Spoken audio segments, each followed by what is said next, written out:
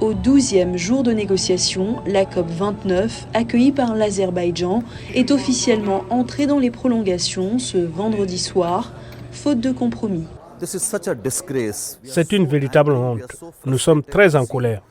Nous sommes tellement frustrés de voir que les pays développés ont proposé un chiffre de 250 milliards de dollars par an, alors qu'ils sont parfaitement conscients que les besoins se chiffrent en milliers de milliards de dollars.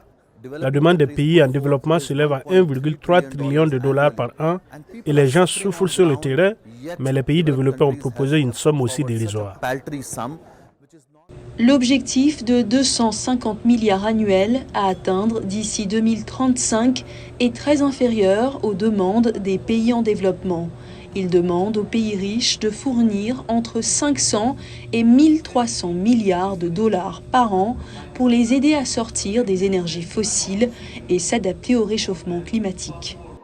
Il est crucial pour nous de ne pas prendre de retard sur les textes de Dubaï concernant l'élimination progressive des combustibles fossiles.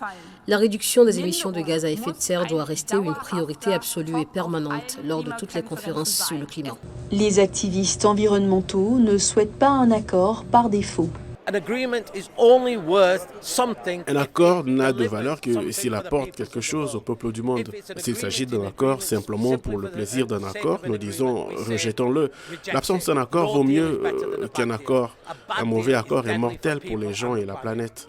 En attendant un compromis, 250 milliards représenteraient 2,5 fois l'engagement actuel de 100 milliards de dollars par an. Cet argent est aujourd'hui essentiellement de l'argent public, mais les pays riches voudraient augmenter à l'avenir la contribution du secteur privé. Il reste à voir si le montant annoncé sera revu à la hausse. Tout accord à la COP29 doit être adopté par un consensus de près de 200 pays réunis à Bakou.